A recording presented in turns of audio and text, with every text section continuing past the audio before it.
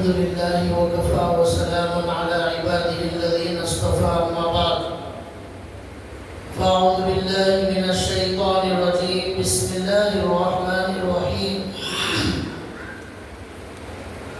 يا أيها الذين آمنوا ادخلوا في السلم كافة ولا تتبعوا خطوات الشيطان إنه لكم عدو مبين رب اشرح لي صدري ويسر لي أمري واحلل عقدة من لساني يفقهوا قولي سبحانك لا علم لنا إلا ما علمتنا إنك أنت العليم الحكيم اللهم صل على محمد في أول كلامنا اللهم صل على محمد في أوسط كلامنا اللهم صل على محمد في آخر كلامنا صدق اللہ العظیم.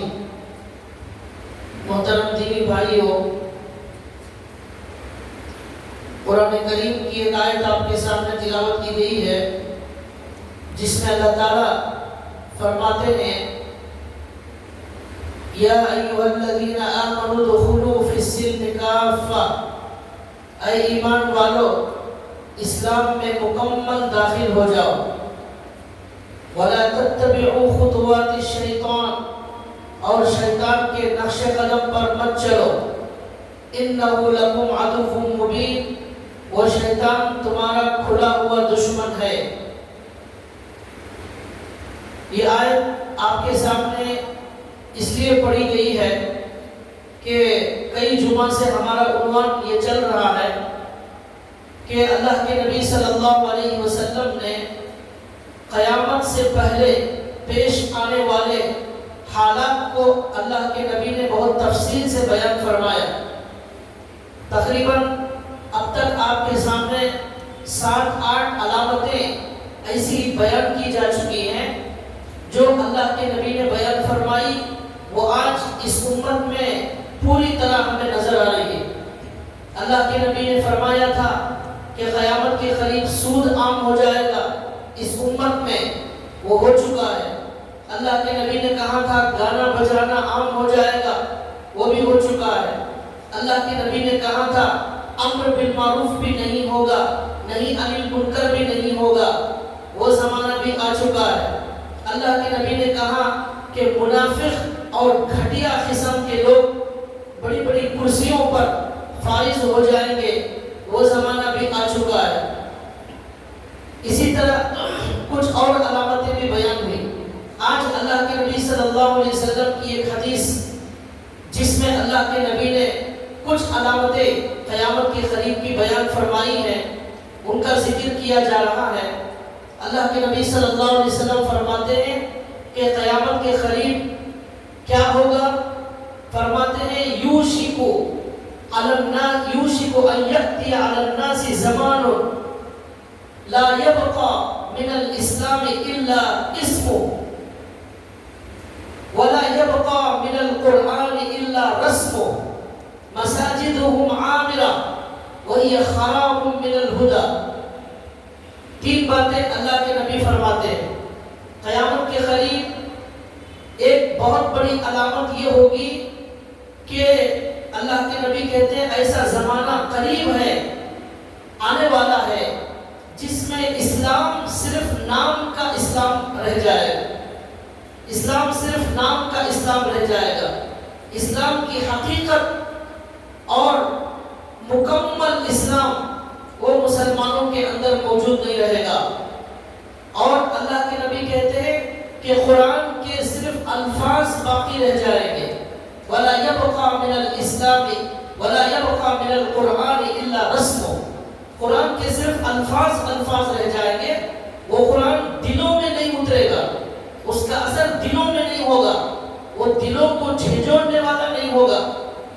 پھر اللہ کے نبی کہتے ہیں کہ ان کی مسجدیں قیامت کے قریب ایسا ہوگا کہ مسجدیں بڑی عالی شان ہوں گی. مساجدہم عامرہ، مسجدیں بڑی عالی شان ہوں گی. وہی خراب من الہدی، لیکن وہ ہدایت سے خالی ہوں گی. یہ اللہ کے نبی کی حدیث ہے. اسی کے بارے میں کچھ باتیں آج بتانا ہے. یہ اللہ کے نبی نے جو 3 باتیں فرمائی ہیں وہ آج صحیح نظر آتے ہیں۔ قرآن کریم کی جو آیت میں نے پڑھا ہے اس میں اللہ تعالیٰ کہتے ہیں کہ اسلام اگر زندہ ہے، اسلام کو مسلمانوں نے مکمل قبول کر لیا ہے، اس کی پہچان اور علامت یہ ہوگی کہ وہ مکمل اسلام میں داخل ہو جائے گا۔ اور اگر مسلمان مکمل اسلام میں داخل نہیں ہوئے، اپنی مرضی سے جتنا چاہے اسلام لے لیتے ہیں، جتنا چاہے اسلام چھوڑ دیتے ہیں، کچھ چیزوں پر عمل کرتے ہیں، کچھ چیزوں پر عمل نہیں کرتے، تو اس کا مطلب یہ ہے کہ اسلام کا صرف نام باقی رہ گیا۔ اس لیے اللہ نے قرآن کریم میں حکم دیا، اے ایمان والو اسلام میں مکمل داخل ہو جاؤ۔ اس عنوان کو بیان کرنے کا مقصد یہ ہے کہ اللہ کے نبی نے جن لوگوں کے بارے میں کہا ہے ہم اپنے آپ کو ان سے الگ کریں، ہم ایسی زندگی نہ گزاریں کہ اسلام کے اندر ہم مکمل داخل نہ ہو، ایسی زندگی نہیں ہونی چاہیے، بلکہ ہم اسلام میں مکمل داخل ہو جائے، نام کا اسلام ہمارے پاس نہ ہو، ہر جگہ اسلام ہو، ہمارے گھر میں، ہمارے دکان میں، ہمارے شادی بیاہ میں، ہمارے جنازوں میں، ہمارے قبرستانوں میں، ہماری فیکٹریوں میں، منڈیوں میں، سیاست کے ایوانوں میں اور اعتقاد میں، عبادات میں، معاملات میں، معاشرت میں، ہر جگہ اسلام ہونا چاہیے، تب جا کر ہم صحیح معنوں میں اسلام کو قبول کرنے والے ہوں گے۔ ورنہ ہماری مرضی سے جتنا ہم چاہے اسلام پر عمل کریں، جن چیزوں کو پسند نہ آئے چھوڑ دیں، تو پھر ہم ان لوگوں میں شامل ہو جائیں گے جن پر اللہ کے نبی نے کہا کہ قیامت کے قریب ایسے لوگ ہو جائیں۔ تو اس لیے ہمیں سب سے پہلے یہ دیکھنا ہے کہ ہمارے نبی صلی اللہ علیہ وسلم جب دنیا میں تشریف لائے تو ہمارے نبی کے آنے سے پہلے دنیا کے اندر بالکل اندھیرا تھا، اور انسان کو معلوم ہی نہیں تھا کہ کیسی زندگی گزارنا ہے، کیا عقیدہ رکھنا ہے، کیسے معاملات کرنا ہے، بھائی بہنوں کے ساتھ سلوک کیسا ہوگا، معاشرت کیسی ہوگی، کچھ پتہ نہیں تھا۔ اور اللہ کی عبادت کیسے کرنی چاہیے، اللہ کون ہے، اس کی کیا طاقت ہے، اس کی کیا جلالت ہے، وہ کتنا بڑا بادشاہ ہے، وہ کیا چاہتا ہے، کچھ معلوم نہیں تھا لوگوں، سب اپنی منمانی زندگی گزار رہے تھے۔ لکھا ہے کہ اللہ کے نبی کے زمانے سے پہلے لوگ مکے کے اندر 360 بتوں کو رکھے ہوئے تھے، 360 بتوں کو، اور ہر آدمی کوئی نہ کوئی پتھر لے کر آ جاتا، کعبے کے پاس اسے خدا بنا لیتا، اس کا طواف شروع کر دیتا، اور کسی کو سفر میں جانا ہے تو وہ 2-3 اچھے پتھر لے لیتا، انہیں کو خدا بنا لیتا، اور کبھی ان میں سے ایک کو پھینک دیتا، 2-3 کو رکھ لیتا، پھر کچھ سفر کے بعد اور ایک کو پتھر کو رکھ لیتا اور دوسرے پتھر کو پھینک دیتا۔ اس طرح لوگوں نے خدا کا مذاق بنا لیا تھا، اور ان کو معلوم ہی نہیں تھا کہ زندگی کے اندر اچھا کیا ہے، برا کیا ہے، گناہ کیا ہے، نیک کام کسے کہتے ہیں، عورت مرد کے درمیان تمیز، بھائی بہنوں کے درمیان محبت کا وہ سلیقہ، وہ ادب، یہ کچھ معلوم نہیں تھا۔ پوری دنیا اندھیرے میں تھی۔ اللہ کے نبی صلی اللہ علیہ وسلم تشریف لائے تو اللہ کے نبی صلی اللہ علیہ وسلم نے ایک ایسا انقلاب برپا کیا، ان صحابہ کرام کے اندر مکمل تبدیلی ہو گئی۔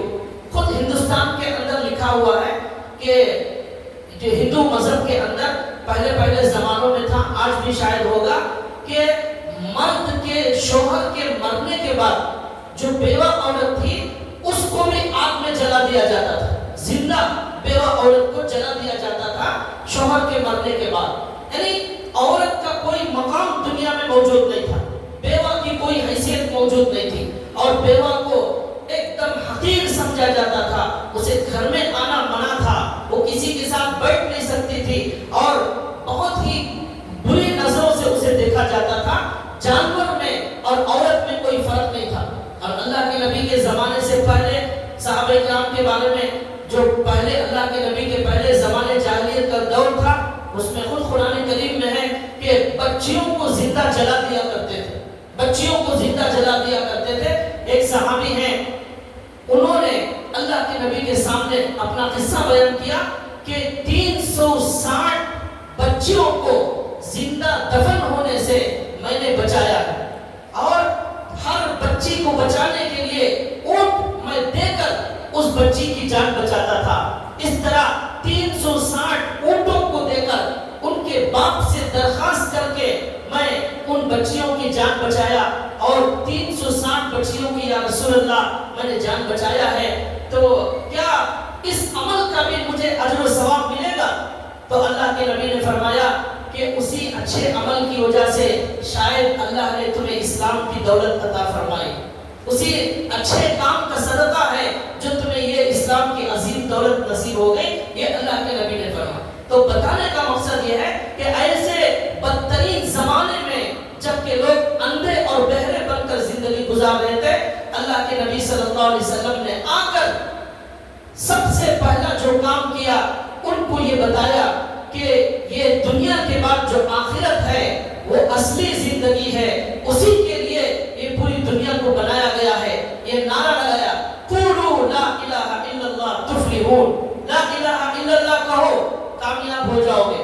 اللہ کے علاوہ کسی کے سامنے جھکنا نہیں ہے. یہ زندگی فانی ہے، آخرت کی زندگی باقی رہنے والی ہے. اب صحابہ کرام رضوان اللہ تعالی علیہ مجمعین ایک ایک دو دو اسلام کے اندر وہ داخل ہونا شروع ہوئے. جب داخل ہونا شروع ہوئے تو ان کے اندر اللہ کے نبی صلی اللہ علیہ وسلم نے ایسی تربیت کی کہ سب سے پہلے ان کے دل میں اللہ اور اللہ کے رسول کی محبت بٹھانا شروع کر دیا.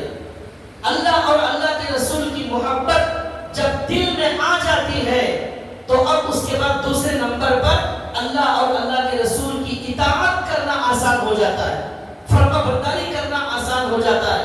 جس کے دل میں اللہ اور رسول کی محبت نہیں ہوتی وہ اللہ اور رسول کی اطاعت نہیں کرتا. اگر کرتا ہے کچھ چیزوں میں کرتا ہے، کچھ چیزوں میں نہیں کرتا. کسی کی آنکھیں ابھی اسلام میں داخل نہیں ہوئی ہیں، آنکھیں مرضی پر اپنی مرضی پر جی رہی ہیں، اور کسی کے معاملات ابھی اسلام میں داخل نہیں ہوئے ہیں. وہ سب کچھ کر رہا ہے لیکن حرام حلال کی تمیز کرنے تیار نہیں ہے.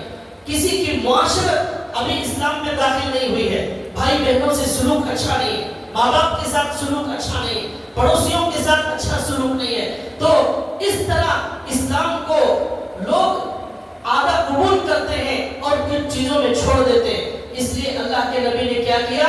ان کے دل میں اللہ اور اللہ کے رسول کی محبت کوٹ کوٹ کر بٹھانا شروع کر دی.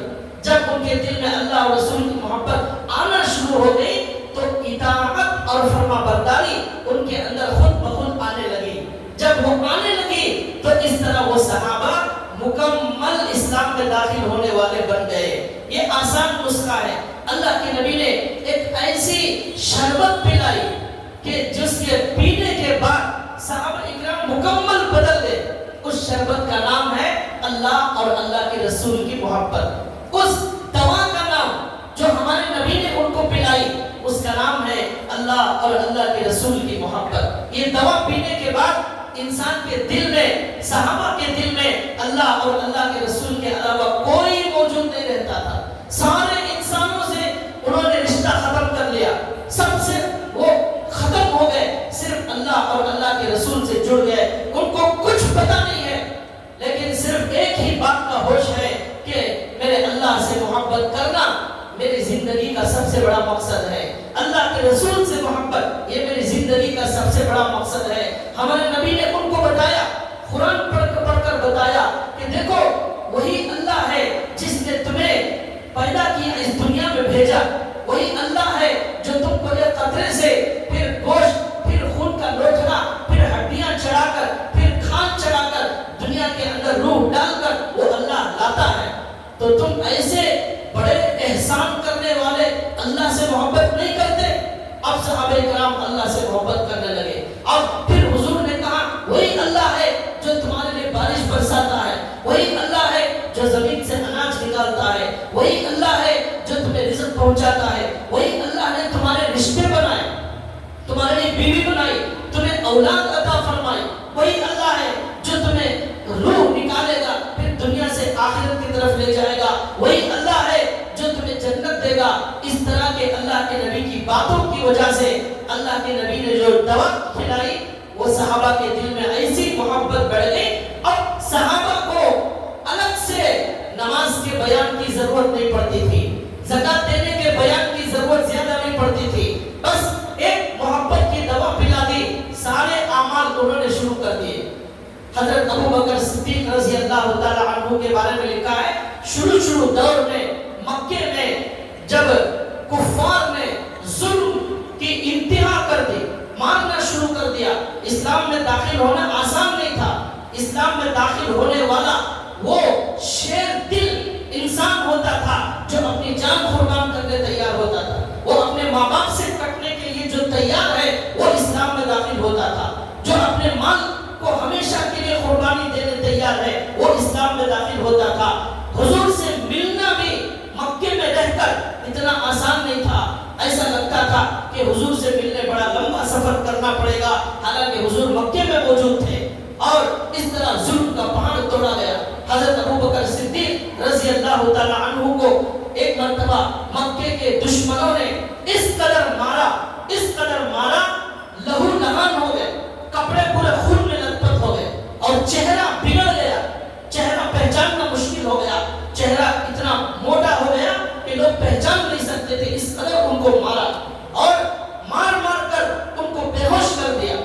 اب اس کے بعد لوگ لے جا کر ان کے گھر میں ان کو رکھتے ہیں، شام میں ان کو ہوش آتا ہے، ہوش میں آتے ہی سب سے پہلا سوال ان کی زبان پر آتا ہے، میرے نبی صلی اللہ علیہ وسلم کیسے ہیں؟ ہمارے نبی کو بھی اس وقت مارا گیا تھا، ہمارے نبی کے تو حضرت ابو بکر نے پوچھا ہمارے نبی کیسے ہیں؟ تو اب اس کے بعد ان کو کہا گیا کہ نبی عافیت سے ہے۔ تو حضرت ابو بکر نے کہا کہ سامنے کھانا پانی لایا گیا، تو انہوں نے کہا کھانا اس وقت تک نہیں کھاؤں گا جب تک میرے نبی کا چہرہ نہ دیکھ لوں، جب تک نبی کو جا کر نہ دیکھو، ملاقات نہ کرو، اس وقت تک کھانے کو ہاتھ نہیں لگاؤں گا۔ اسی حالت میں اٹھے اور گئے، ہمارے نبی دار ارقم میں موجود تھے، وہاں جا کر ہمارے نبی سے ملاقات کی، چہرہ دیکھا، جب اطمینان ہو گیا اس کے بعد کھانا کھایا۔ یہ جو محبت حضرت ابو بکر کے دل میں تھی، یہ ہمارے نبی نے قرآن کے ذریعے، اللہ کے نبی کے اخلاق کے ذریعے یہ محبت پیدا کی۔ اب حضرت ابو بکر اس محبت کی وجہ سے اطاعت خود بخود ان کے اندر آ گئی۔ اب ایسی اطاعت اور فرما برداری آئی، نمازوں کی پابندی میں حضرت ابو بکر سب سے آگے، تکبیر اولیٰ کبھی ان کی فوت نہیں ہوتی تھی، ایسا اسلام تھا ان کے پاس، رسمی اسلام موجود نہیں تھا۔ ایک مرتبہ تکبیر اولیٰ فوت ہو گئی تو 7 دن تک حضرت ابو بکر روتے رہے، گھر میں لوگ ان کو تسلی دلانے کے لیے جاتے تھے، جیسے کسی کا انتقال ہو جائے تو لوگ تعزیت کے لیے جاتے ہیں، اس طرح جانے لگے۔ یہ اطاعت ایسی ان کے اندر پیدا ہو گئی۔ صدقہ دینے میں ابو بکر سب سے آگے، قرآن کی تلاوت میں ابو بکر سب سے آگے، جہاد میں نکلنے میں ابو بکر سب سے آگے۔ یہ نبی نے ایسی محبت کا شربت پلایا، اطاعت آسان ہو گئی اور اسلام میں مکمل داخل ہو گئے۔ رسمی اسلام نہیں تھا، رسمی اسلام سے دنیا میں کوئی انقلاب آنے والا نہیں، ہماری کامیابی ہمیں ملنے والی نہیں، اللہ خوش ہونے والے نہیں۔ اللہ خوش ہونے کے لیے ہمیں مکمل اسلام میں داخل ہونا پڑے گا۔ اب ہمارے نبی صلی اللہ علیہ وسلم نے ایسے ہی شربت محبت کی پلائی حضرت خبیب رضی اللہ تعالیٰ عنہ۔ ایک صحابی بھی ایک عظیم ستارہ، ایک سورج چاند کی طرح چمکنے لگے، قیامت تک آنے والے مسلمانوں کے لیے نمونہ بن گئے۔ آج 20 کروڑ ہندوستان میں مسلمان موجود ہیں، ایک مسلمان صحابی کے جیسا ہے ہم نہیں دکھا سکتے۔ 1,24,000 صحابہ ایسے تھے، ہم ایک مسلمان نہیں دکھا سکتے۔ آج ہمارے پاس جو اسلام ہے وہ بناوٹی اسلام ہے، وہ رسمی اسلام ہے اور صرف نام کا اسلام ہے، اس کی روح اس ہمارے خون کے خطرے میں ابھی وہ اسلام داخل نہیں ہوا ہے۔ حضرت خبیب رضی اللہ تعالیٰ عنہ کو پھانسی پر چڑھانے کا وقت آیا، مکے کے سارے لوگ 500,000 لوگ مل کر ایک صحابی کو پکڑ کر سولی پر چڑھانے لگے۔ اس وقت سارے لوگ تماشا بنانے لگے۔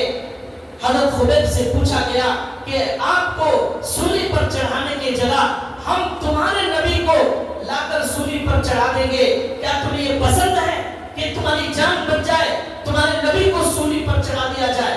حضرت خبیب نے کہا کہ میرے نبی کے پیر میں کانٹا بھی چبھ جائے یہ مجھے گوارا نہیں ہے، اس کے بدلے میں اپنی جان قربان کرنے تیار ہوں۔ میرے نبی کی جان تو دور کی بات، میرے نبی کے پیر میں کانٹا بھی چھپنا مجھے گوارا نہیں ہے، مجھے سولی پر چڑھا دیجئے، میرے نبی کے لیے ایسی ہزاروں جانیں قربان۔ یہ محبت جب اللہ اور اللہ کے رسول کی جب آتی ہے تو پھر انسان کی کایا پلٹ جاتی ہے، اسلام میں وہ مکمل داخل ہو جاتا ہے۔ اسی لیے ہمارے نبی نے دعا فرمائی، اللہم انی اسألک حبک، اے اللہ میں آپ سے آپ کی محبت کا سوال کرتا ہوں، آپ سے آپ کی محبت کا سوال کرتا ہوں۔ پھر فرمایا اللہم اجعل حبک احب الاشیاء الی، اے اللہ مجھے آپ کی ایسی محبت عطا فرما کہ دنیا کی کسی چیز کی محبت آپ کی محبت سے زیادہ نہ ہو، آپ کی محبت سے زیادہ نہ ہو۔ یہ ہمارے نبی نے دعا کی، یہی دعا صحابہ کرتے تھے۔ اب دن بدن ان کے دل میں اللہ اور اللہ کے رسول کی محبت دن بدن بڑھتے چلے گئی۔ حضرت ایک صحابی ہیں، ان کے والد عبداللہ بن ابی منافق، باپ منافق، بیٹے سچے اور پکے صحابی تھے۔ باپ نے کیا کہا؟ قرآن کریم میں سورہ منافقون کے اندر موجود ہے۔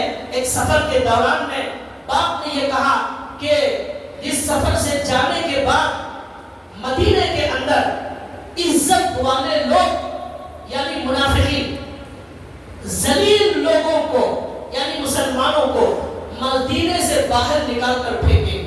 یہ منافق عبداللہ بن ابی نے کہا کہ عزت والے لوگ یعنی منافقین مسلمانوں کو جو ذلیل ہیں ان کو مدینے سے باہر نکالیں۔ لَيُخْرِجَنَّ الْأَعَزُّ مِنْهَا الْأَذَلَّ، یہ انہوں نے کہا۔ قرآن نے اللہ نے اس کا ذکر فرمایا۔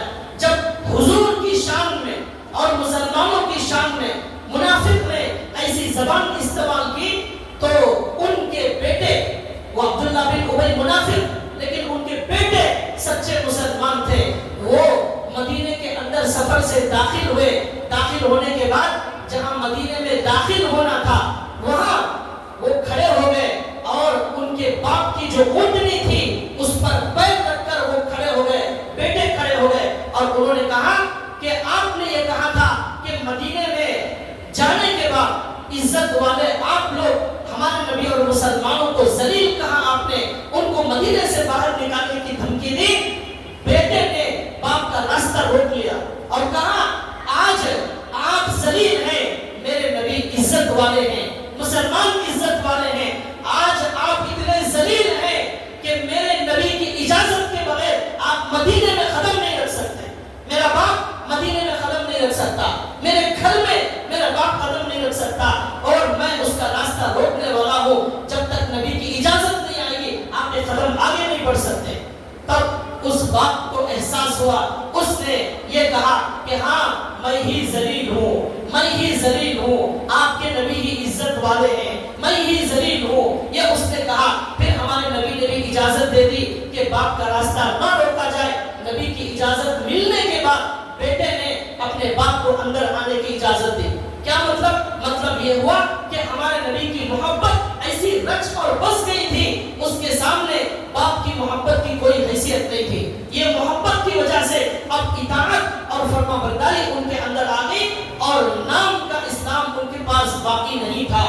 حضرت ابوبکر صدیق رضی اللہ تعالیٰ عنہ ایک جنگ میں ان کا بیٹا سامنے آ گیا، بیٹا اس وقت کفر میں ہے اور حضرت ابوبکر مسلمانوں کی طرف سے لڑنے آئے اور بیٹا کافروں کی طرف سے لڑنے آیا ہے۔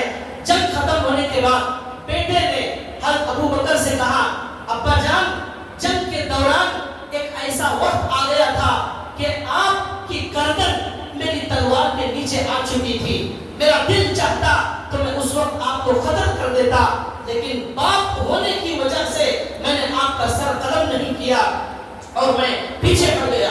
حضرت ابوبکر نے کہا کہ اگر تو میری تلوار کے نیچے آ جاتا تو میں یہ نہ دیکھتا کہ تو میرا بیٹا ہے یا تو میرا کون ہے، میری تلوار تیرا سر قلم کر دیتی۔ یہ حضرت ابوبکر نے کہا ایسی محبت اللہ کے نبی نے ان کے دلوں میں اللہ اور اللہ کے رسول کی اسلام کی بٹھائی کہ اس کے بعد دنیا کی کوئی محبت ان کے دل میں بیٹھ نہیں سکی۔ ایسی ہزاروں مثالیں ہیں جس کی وجہ سے وہ محبت کی وجہ سے اطاعت اور فرما برداری آسان ہو گئی۔ آج بیان کرتے ہیں نمازوں کا بیان، روزوں کا بیان، حج کا بیان، زکات کا بیان، سچائی کا بیان، امانت داری کا بیان، وہ ہمارے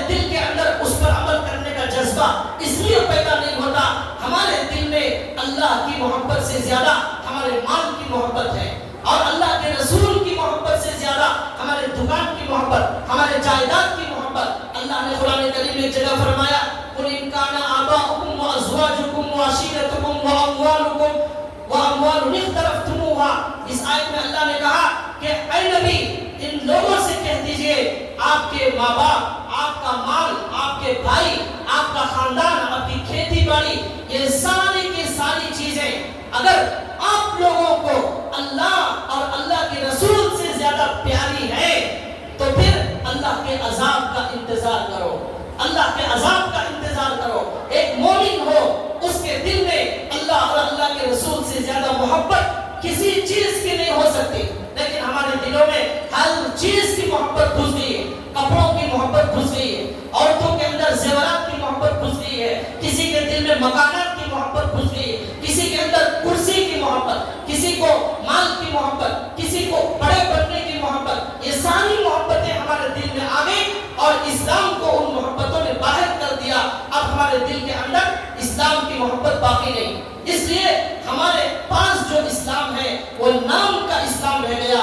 اللہ کے نبی نے یہی فرمایا قیامت کے قریب ایسے لوگ آئیں گے اسلام کا صرف نام باقی رہ جائے گا، اسلام کی روح ان کے اندر سے ختم ہو جائے گا۔ یہ ہمارے نبی صلی اللہ علیہ وسلم سے اس طرح محبت کرنے والے صحابہ اکرام، ایک عورت کے بارے میں لکھا ہے کہ جنگ احد کے اندر ان کا باپ، اس عورت کا باپ شہید ہو گیا، اس کا شوہر شہید ہو گیا، اس کا بھائی شہید ہو گیا، وہ بھاگتی بھاگتی آتی ہے تو لوگ کہتے ہیں تمہارا باپ شہید ہو گیا، کوئی کہتا ہے تمہارا شوہر شہید ہو گیا، کوئی کہتا ہے تمہارا بیٹا شہید ہو گیا۔ وہ ہر بار کہتی ہے مجھے ان کے بارے میں مت بتاؤ، میرے نبی کے بارے میں بتاؤ۔ اب جب بتایا گیا نبی عافیت اور سلامتی سے ہیں تو اس عورت نے کہا نبی اگر خیریت سے ہیں تو دنیا کی کوئی بھی مصیبت آ جائے مجھے کوئی پرواہ نہیں۔ یہ عشق تھا دنیا کے اندر، لوگ محبت، یہ جو محبت کا لفظ ہے یہ محبت مردہ ہو چکی تھی، یہ محبت لوگ کہاں کرنا یہ جانتے نہیں تھے، صرف گورے چمڑے کو دیکھ کر لوگ محبت کرتے تھے، حسن پر لوگ محبت سے فریفتہ ہو جاتے تھے۔ اللہ کے نبی نے بتایا کہ اصل محبت کے حقدار اللہ اور اللہ کے رسول ہیں، یہ ہے صحیح محبت کرنے کی جگہ۔ وہی اللہ ہے جو تمہاری دنیا بنانے والا ہے، تمہاری آخرت بنانے والا ہے۔ اس اللہ کی اجازت کے بغیر ایک سانس نہ اندر جا سکتا ہے نہ ایک سانس باہر آ سکتا ہے، وہی اللہ محبت کا سب سے زیادہ حقدار ہے۔ اس طرح ہمارے نبی نے یہ پیغام پڑھایا، یہ سبق سکھایا، اس محبت کے ذریعے صحابہ کے اندر اطاعت پیدا ہوگی اور اس اطاعت کے ذریعے اسلام میں مکمل داخل ہو گئے۔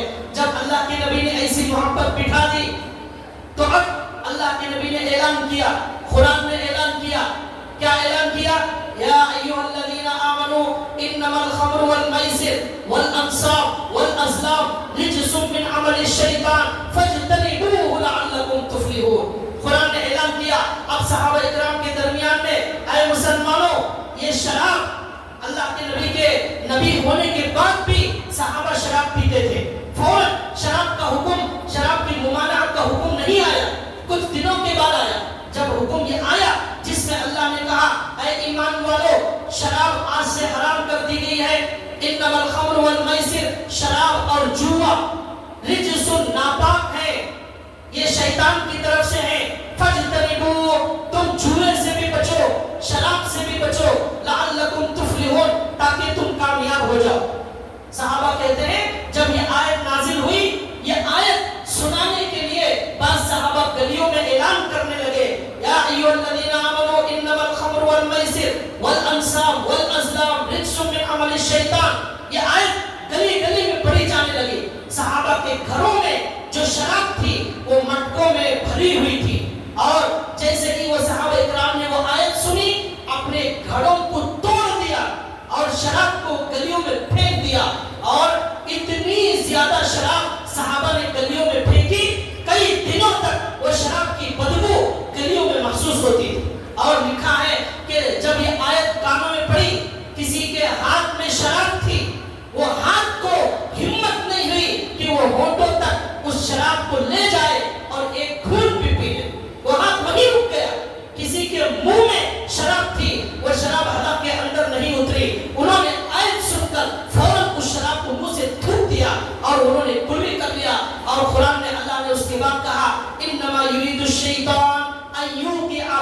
بینکم العداوۃ والبغضاء، اے لوگوں اس شراب کے ذریعے سے شیطان تمہارے درمیان دشمنی پیدا کرتا ہے، بغض پیدا کرتا ہے۔ اس کے بعد اللہ نے کہا فَهَلْ أَنْتُمْ مُنْتَهُونَ، کیا تم اس شراب سے باز آ جاؤ گے؟ یہ سنتے ہی فوراً صحابہ نے کہا یا اللہ ہم آج سے شراب سے باز آ جائیں گے۔ اس کے بعد ایک گھونٹ شراب کسی کے حلق میں نہیں اتری جب اس طرح کی محبت ہمارے نبی نے ان کو پلائی، محبت کی شربت ان کو پلائی، اطاعت اور فرما برداری کا ایسا جذبہ ان کے اندر پیدا ہوا اور اسلام میں مکمل داخل ہو گئے۔ آج ہمارے اندر اسلام کے اندر کمی ہے، اعمال کے اندر کمی ہے، تو اس کا مطلب یہ ہے ہمارے دل میں اللہ اور اللہ کے رسول کی محبت نہیں ہے۔ اور اللہ کے نبی صلی اللہ علیہ وسلم کے صحابہ اکرام کے اندر ایسی اطاعت اور فرما برداری تھی۔ جنگ بدر سے پہلے حضرت سعد بن معاذ رضی اللہ تعالی عنہ سے ہمارے نبی نے پوچھا کہ جنگ بدر کے لیے جانا ہے، کیا خیال ہے تمہارا؟ تو حضرت سعد بن معاذ کھڑے ہوئے اور انہوں نے تقریر کی نبی اور صحابہ کے سامنے اور کہا یا رسول اللہ آپ جس سے دوستی کریں گے ہم سب اس سے دوستی کریں گے، آپ جس سے دشمنی کریں گے آج سے وہ ہمارا دشمن ہوگا۔ اے نبی یا رسول اللہ ہمارا جتنا مال آپ لے لیں گے وہ اللہ کا ہو جائے گا، جو مال آپ ہمارے لیے چھوڑ دیں گے وہ مال ہمارا رہ جائے گا۔ یا رسول اللہ آج کے بعد ہماری کوئی مرضی چلنے والی نہیں، اگر آپ سمندر میں گھوڑے ڈالنے کا حکم دیں گے ہم سمندر میں کود جائیں، ہماری کوئی مرضی نہیں، آپ حکم دیجئے ہم اپنی جانوں کو قربان کرنے کے لیے تیار ہیں۔ ایسا جذبہ اطاعت اور فرما برداری کا ان کے اندر موجود نہیں تھا، اور اسی لیے آج جو ہے ہمارے اندر اسلام پوری طرح موجود نہیں ہے۔ اس لیے اللہ اور اللہ کے رسول کی محبت جب تک نہیں پیدا کریں گے اطاعت نہیں پیدا ہوگی، اور جب تک اطاعت نہیں پیدا ہوگی ہمارے اندر اسلام مکمل داخل نہیں ہو سکتا، اسلام مکمل ہمارے اندر داخل نہیں ہو سکتا۔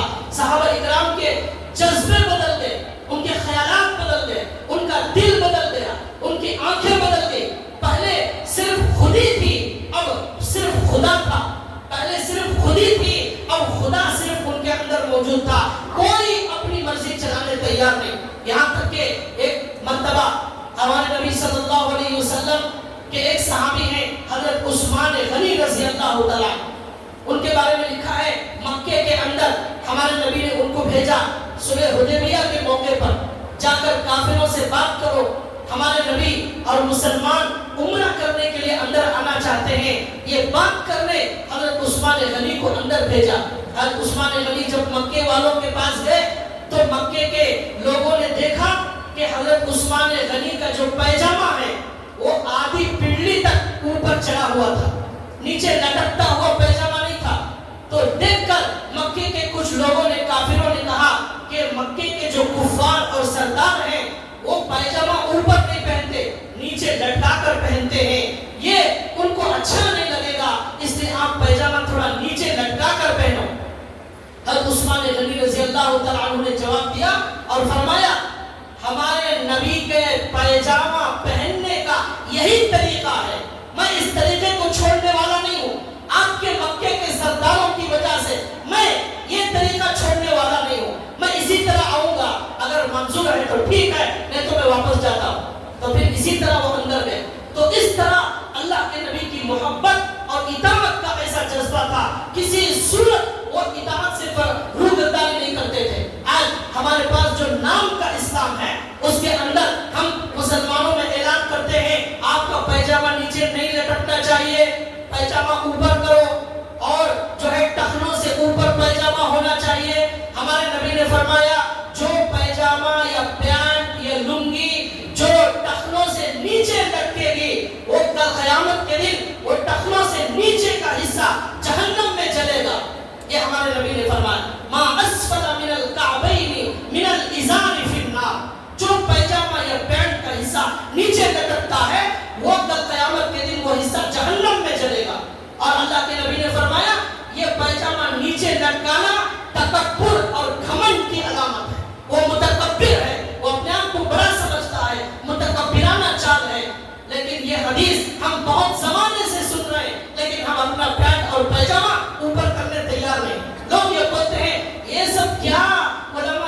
بیان کر رہے ہیں پیجامہ اوپر ہونا چاہیے، یہ نیچے ہونا چاہیے، یہ سب کی کیا ضرورت ہے؟ اس طرح آج ہمارا مزاج بن گیا۔ صحابہ کا ایسا مزاج نہیں تھا، وہ سنتے ہی فوراً عمل کرنے لگتے تھے۔ اور بعض لوگ ایسے ہیں ہم میں کہ صرف نماز کے وقت میں پیجامہ اوپر کر لیتے ہیں، نماز سے باہر جاتے ہی وہ اپنی پینٹ نیچے کر لیتے ہیں۔ حالانکہ یہ جو حکم پیجامہ اوپر کرنے کا ہے، ٹخنوں سے اوپر پہننے کا ہے، وہ نماز میں ہو یا نماز کے باہر ہو، ہر حال میں ٹخنوں سے اوپر رکھنا ہے۔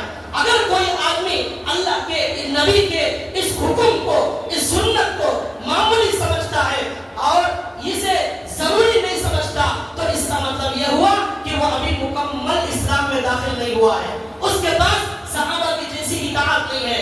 اللہ کے نبی کہتے ہیں ایسے ہی لوگ قیامت کے قریب آئیں گے جو اللہ کے نبی کی اطاعت ان کے اندر موجود نہیں ہوگی، اسلام ان کے اندر موجود نہیں ہوگا۔ مسلمانوں سے کہیے، اللہ کے نبی نے فرمایا بال جو کٹاتے ہیں سر کے، نوجوانوں کے پاس آج بہت سارا فیشن آ گیا ہے، یہاں کے بال بالکل چھوٹے کریں گے، یہاں تک کہ اندر کا سر بھی نظر آئے گا، یہاں کے بال بالکل بڑے کریں گے اور بال بالکل کھڑا کریں گے، اور پتہ نہیں عجیب و غریب تماشے شروع ہو گئے۔ کئی قسم کے بال بنائے جاتے ہیں، کسی کے بال کھڑے ہیں، کسی کے بال بیٹھے ہیں، کسی کے لمبے ہیں، کسی کے سو رہے ہیں، کسی نے بال لال کر لیا ہے، کوئی یہاں پر ایسی لکیر ڈال لیا ہے۔ یہ سب کافروں کا دیکھا دیکھی ہمارے مسلمانوں میں آیا ہے۔ اللہ کے نبی نے فرمایا قیامت کے قریب اسلام نام کا باقی رہ جائے گا۔ یہ جہنم میں جانے والے کفار، اسلام کے دشمنوں نے اس طرح بالوں کو کٹانا شروع کیا، آج ہمارے نوجوانوں نے اس کو ایکسپٹ کر لیا اور قبول کر لیا۔ یہ طریقہ جو ہے یہ اسلام میں ہمارے داخل نہ ہونے کی علامت۔ اگر آپ کو اللہ سے محبت ہے، اگر آپ کو اللہ کے رسول سے محبت ہے، ہر جگہ بالوں سے لے کر ناخن تک ہمارے نبی کی شریعت، ہمارے نبی کی سنت ہمیں اپنی جان سے زیادہ پیاری ہے۔ یہ اسلام جب تک ایسا نہیں ہوگا بھائیوں، ہمارے اندر کوئی تبدیلی آنے والی نہیں، ہمارے حالات کے اندر کوئی تبدیلی آنے والی نہیں، ہمارا اسلام اللہ اور اللہ کے رسول کو پسند آنے والا نہیں۔ ایک مرتبہ حضرت زینب بنت جحش ہمارے نبی کی پھوپھی ذات بہن تھی، ان کا رشتہ ہمارے نبی نے ایک غلام زید بن حارثہ رضی اللہ تعالیٰ عنہ کے لیے زینب بنت جحش کا رشتہ بھیجا۔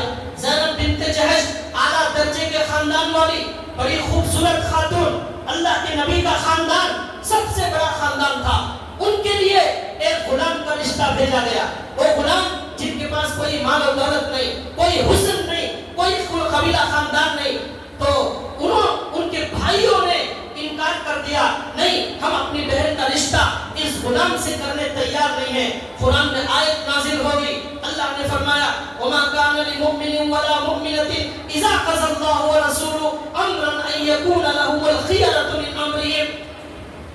کسی مسلمان مرد کو، کسی مسلمان عورت کو یہ اختیار نہیں ہے کہ اللہ اور اللہ کا رسول جب فیصلہ کر لے تو تمہاری مرضی چلانے کا کوئی اختیار نہیں، تم اپنی مرضی نہیں چلا سکتے۔ اللہ کے نبی نے کہا ہے وہاں رشتہ کرنا ضروری ہے۔ تو اب جب یہ آیت نازل ہو گئی کہ مسلمانوں کو کوئی اختیار نہیں ہے، مسلمان اللہ کے سامنے سر جھکانے والے کا نام ہے، اپنی مرضی چلانے والے کا نام نہیں ہے۔ اسلام ایک دنیا سے دوسری دنیا میں منتقل ہونے کا نام ہے، تو پھر وہ رشتہ کرنے تیار ہو گئے، ان کا نکاح ہو گیا۔ اس طرح اسلام کوئی مذاق نہیں ہے، اسلام کوئی تماشا نہیں ہے، اسلام ایک دنیا سے دوسری دنیا میں منتقل ہونے کا نام، اسلام اپنے جذبات کو ذبح کرنے کا نام ہے، اسلام اپنی خواہشات کو کچلنے کا نام ہے۔ اسلام کے لیے صحابہ کرام نے باپ کی قربانی دی، ماں کی قربانی دی، بیوی بچوں کی قربانی دی۔ اللہ کے نبی کے ساتھ جب ہجرت کرنے لگے انہوں نے اپنے مکانات کو چھوڑ دیا، یہاں تک کہ ایک صحابی نے اپنے بیوی بچوں کو چھوڑ دیا، اکیلے ہی نکل گئے۔ یہ اس طرح جب جذبہ ہوگا تو ہمارے اندر اسلام آئے گا۔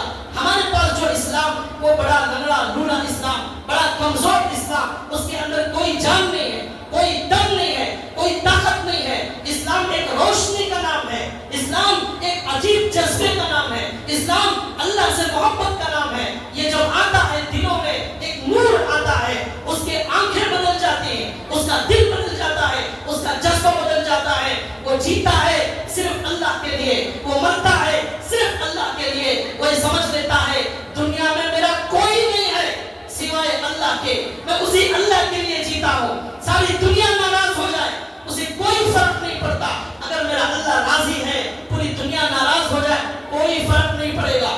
اس طرح کے صحابہ کے واقعات بے شمار، لیکن آج ہمارے اندر اسلام منمانی اسلام ہے۔ لوگ کہتے ہیں کہ ہمیں شادی محلوں کے اندر آزاد چھوڑ دیا جائے، وہاں ہمیں اسلام کی ضرورت نہیں ہے، ہم وہاں پردہ کرنے تیار نہیں ہیں، ہم وہاں مرد عورت مل کر بے پردگی کے ساتھ پورا شادی کا نظام چلائیں گے، وہاں کوئی عالم تقریر میں اس بے پردگی کو ناجائز کہتا ہے، وہ ان لوگوں کو پسند نہیں آتی جو اسلام کو پورے طور پر قبول کرنے تیار نہیں۔ لوگ شادیوں میں اسلام پسند نہیں کرتے، کچھ لوگ تجارت کے اندر اسلام پسند نہیں کرتے، کچھ لوگ معاشرت میں اسلام پسند نہیں کرتے، کچھ لوگ عقیدوں میں اسلام پسند نہیں کرتے، ہم جیسا چاہے عقیدہ رکھیں ہمیں کوئی پوچھنے والا نہیں۔ تو بھائیو یہ اسلام اللہ کو منظور نہیں ہے، ہمیں اگر صحابہ کے جیسا اسلام چاہیے ہمیں مکمل اسلام میں داخل ہونا پڑے گا، اور ہمیں 100% نمازی اگر ہم نہیں پڑھیں گے تو پھر اسلام ہمارے اندر پورے طور پر داخل نہیں ہوگا۔ اس وقت 80% مسلمان آج مسجدوں سے دور ہیں، آج نمازوں سے دور ہیں، آج سنتوں سے دور ہیں۔ 80% مسلمان ایسے ہیں جو قرآن کریم پڑھنے سے دور ہیں، قرآن کریم کی تفسیر نہیں جانتے، قرآن کریم پڑھنا نہیں جانتے، تو اس کا مطلب یہ ہوا کہ ہمارے پاس صرف نام کا اسلام رہ گیا ہے، اور ہم کچھ بھی اسلام کو پورے طور پر قبول کرنے تیار نہیں ہیں۔ اسی لیے اللہ نے کہا ادخلوا فی السلم کافہ، اے لوگو اسلام کے اندر مکمل داخل ہو جاؤ، ولا تتبعوا خطوات الشیطان، شیطان کے نقش قدم پر مت چلو، انہ لکم عدو مبین، وہ شیطان تمہارا کھلا ہوا دشمن ہے۔ بعض اسلام کی چیزوں کو ماننا، بعض چیزوں کو نہ ماننا، یہ یہودیوں کی صفت ہے۔ یہودیوں کے بارے میں اللہ نے کہا افتؤمنون ببعض الکتاب وتکفرون ببعض، تم لوگ اللہ کی کتاب کے بعض احکامات کو مانتے ہو، بعض احکامات کا انکار کرتے ہو، یہ کیا اللہ کے حکم کو ماننا ہے؟ یاد رکھیے شیطان بھی اللہ کے ہر حکم کا انکار نہیں کرتا تھا، اللہ کے بہت سارے احکامات مانتا تھا، صرف ایک حکم کو اس نے ماننے سے انکار کر دیا کہ اللہ میں سجدہ نہیں کروں گا۔ نماز پڑھنے تیار ہے اور اللہ کے سامنے جھکنے تیار، اللہ کے سامنے رکوع کرنے تیار، لیکن آدم کو سجدہ کرنے کا حکم ماننے سے اس نے انکار کر دیا، تو شیطان بن گیا۔ تو ہم بھی اگر اپنی مرضی کا اسلام لیں گے، بقیہ سب چیزوں کو چھوڑ دیں گے، کھانے کی سنت چھوڑ دیں گے، لباس پہننے کی سنت چھوڑ دیں گے، بالوں کی سنت چھوڑ دیں گے، کپڑوں کی سنت چھوڑ دیں گے، اور سفر کی سنت چھوڑ دیں گے، ہمارے نبی کا سونا، ہمارے نبی کا اٹھنا، ہمارے نبی کا جاگنا، ہمارے نبی کا قرآن پڑھنا، ہمارے نبی کا بات کرنا، ہمارے نبی کے اخلاق، ہمارے نبی کا بیٹی کے ساتھ سلوک، ہمارے نبی کا بھائیوں کے ساتھ سلوک، ہمارے نبی کا غریبوں کے ساتھ سلوک، ہمارے نبی کے جنازے کا پڑھنے کا طریقہ، ہمارے نبی کے شادی بیاہ کرنے کا طریقہ، ہمارے نبی کے تجارت کرنے کا طریقہ، ہمارے نبی کا بڑوں سے بات کرنے کا طریقہ، ہر چیز میں پیدائش سے لے کر قبر میں دفن ہونے تک اگر نبی کی سنت ہمارے اندر موجود نہیں ہے تو پھر اسلام ہمارے اندر داخل نہیں ہوا۔ ہم نام کے مسلمان ہیں، یہ نام کا مسلمان ہمیں مرتے وقت ہمیں کلمہ یاد نہیں دلائے گا۔ امام غزالی کہتے ہیں بہت کمزور ایمان والے جن کے پاس عمل موجود نہیں ہے، مرتے وقت ان کی زبان پر کلمہ جاری نہیں ہوگا، مرتے وقت بہت کم لوگوں کا ایمان سلامت رہتا ہے، بہت سارے لوگوں کا ایمان ایسا اکھڑ جاتا ہے جیسے ہوا چلتی ہے درخت اکھڑ جاتا ہے۔ اس طرح کمزور ایمان جس میں نمازیں نہ ہو، جس میں روزے نہ ہو، جس میں سچائی نہ ہو، جس میں امانتداری نہ ہو، مرتے وقت ایسا ایمان بھی اکھڑ جاتا ہے۔ اللہ ہماری حفاظت فرمائے۔ آج لاکھوں کروڑوں لوگ ہمارے عمرہ کرنے جا رہے ہیں، لیکن عمرہ کرنے کے بعد آ رہے ہیں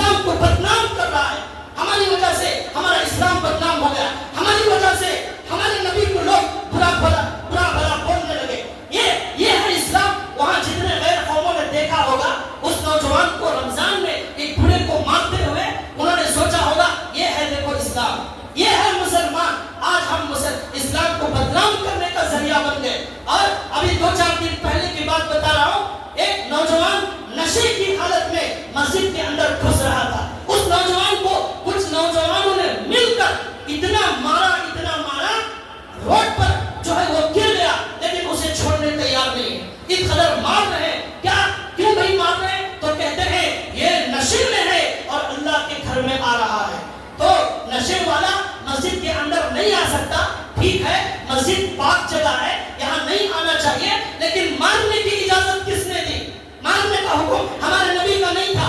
ہمارے نبی مسجد کے اندر عیسائیوں کو بھی بلاتے تھے، یہودیوں کو بھی بلاتے تھے، کافروں کو بھی بلاتے تھے.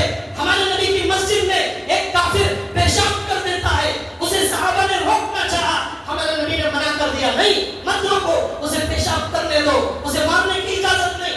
ہمارے نبی نے محبت سے پلایا، سمجھایا، بٹھایا کہ بھائی یہ مسجد پاک جگہ ہے، یہ ایسے گندے کاموں کرنے کی جگہ نہیں ہے. اس طرح محبت، ہمارے نبی نے محبت سے دلوں کو جیتا. نفرت کس نے سکھائی؟ اب اس داڑھی والے نشے والے کو مار مار کر مسجد سے بھگایا جا رہا ہے. اس طرح ہم نفرت کا سلوک کریں گے؟ یہ کون سی تعلیم ہے؟ یہ کون سے یہ کہاں حکم آیا ہے کہ اس طرح ہم مار کر ان کو دور کریں گے؟ ہم ایسے نوجوانوں کو محبت سے گلے لگائیں، ان کو سمجھائیں گے، ان کو بٹھائیں گے، ان کے لیے کوئی نظام بنائیں گے. تو بھائیو، خلاصہ یہ ہے کہ آج اسلام ہمارا لنگڑا، ہمارا اسلام اندھا، ہمارا اسلام بہرا ہو چکا ہے. ہماری آنکھیں اسلام میں نہیں آئی، کسی کے ہاتھ ابھی اسلام میں داخل نہیں ہوئے، کسی کے پیر ابھی اسلام میں داخل نہیں ہوئے، کسی کا دل ابھی اسلام میں داخل نہیں ہوا. جب تک اوپر سے نیچے تک اسلام نہیں آئے گا، یہ اسلام ہمیں آخرت کی کامیابی دلانے والا نہیں ہے. یہی آج کا پیغام ہے. اللہ سے دعا ہے اللہ تعالی ہمیں 100% اسلام میں داخل فرمائے اور ایسا اسلام عطا فرمائے جو صحابہ کے پاس تھا، اور اللہ ہمیں اس اسلام کے ذریعے ہماری نجات کا ذریعہ بنائے. وآخر دعوانا الحمدللہ رب العالمین.